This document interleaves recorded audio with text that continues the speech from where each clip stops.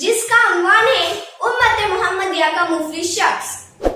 حضرت ابو ہریرہ رضی اللہ عنہ سے مروی ہے کہ رسول صلی اللہ علیہ وسلم نے ارشاد فرمایا، تم جانتے ہو مفلس کون ہے؟ صحابہ نے عرض کیا، ہمیں مفلس وہ شخص سمجھا جاتا ہے جس کے پاس نہ درہم ہو اور نہ سالو سامان۔ آپ صلی اللہ علیہ وسلم نے فرمایا، میری امت کا نادار شخص وہ ہے جو قیامت کے دن نماز، روزہ اور زکوٰۃ جیسے ہر قسم کی عبادت لے کر آئے گا، مگر اس حالت میں آئے گا کہ اس نے کسی کو گالی دی تھی، کسی پر تہمت لگائی تھی، کسی کا مال کھا لیا تھا، کسی کا خون بہایا تھا اور کسی کو مارا تھا۔ پھر اسے بٹھایا جائے گا تو یہ مظلوم اس کی نیکیوں میں سے بدلہ لے گا، اور اگر سارے مطالبات پورے ہونے سے پہلے نیکیاں ختم ہو گئی تو حقداروں کی خطاؤں کو اس پر ڈال دیا جائے گا اور اسے جہنم نصیب کر دیا جائے گا۔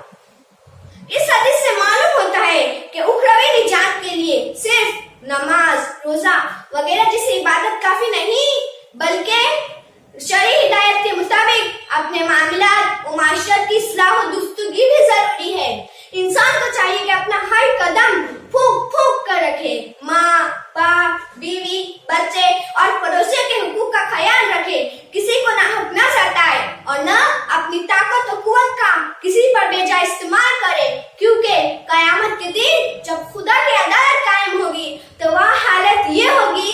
کہ وہی شخص جس کو دنیا میں لوگوں نے بے قیمت سمجھ کر نظر انداز کر دیا تھا یا کمزور سمجھ کر اس پر اپنا ہاتھ صاف کر لیا تھا، اسی کے بول کی وہ طاقت ہو جائے گی جس سے لوگوں کے لیے جنت و جہنم کا فیصلہ ہو جائے گا۔